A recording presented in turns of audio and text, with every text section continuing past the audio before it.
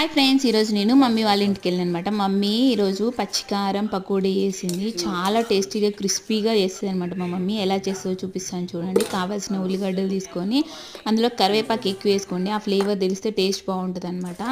ఇంకేముంది, జీలకర్ర, పసుపు, అల్లం వెల్లిపాయ పేస్ట్, పచ్చిమిరపకాయల పేస్ట్. పచ్చిమిరపకాయల పేస్ట్ ఎలా ప్రిపేర్ చేసుకోవాలంటే పచ్చిమిరపకాయలు, ఎల్లిపాయలు, సాల్ట్ వేసి కొంచెం మిక్సీ పట్టేసి అదే పచ్చిమిరపకాయల పేస్ట్. వాటిని ఫస్ట్ మంచిగా మిక్స్ చేసేసి ఉల్లిగడ్డలో ఉన్న వాటర్ బయటకు వచ్చేలా చేసుకొని 2 కప్పుల శనగపిండికి 1 కప్పు బియ్యం పిండి వేసి మంచిగా ఇలా మిక్స్ చేసుకొని, జోరవ్వద్దు అలానే గట్టిగా ఉండొద్దు, మీడియంగా నేను చూపించిన కన్సిస్టెన్సీలో కలుపుకొని అలా చిన్న చిన్నగా వేసుకోండి. ముద్దలు ముద్దలుగా వేస్తే ఏమవుతుందంటే క్రిస్పీగా రావన్నమాట. మంచిగా చిన్న చిన్నగా వేసుకుంటే క్రిస్పీగా ఉంటాయి, చాలా టేస్టీగా ఉంటాయి ఫ్రెండ్స్. ఒకసారి ట్రై చేయండి. అందరూ ఎండుమిరపకాయలు కారం వేసి చేసుకుంటారు కదా, ఇలా పచ్చికారం వేసి చేసుకోండి, చాలా సూపర్ టేస్టీగా ఉంటాయి.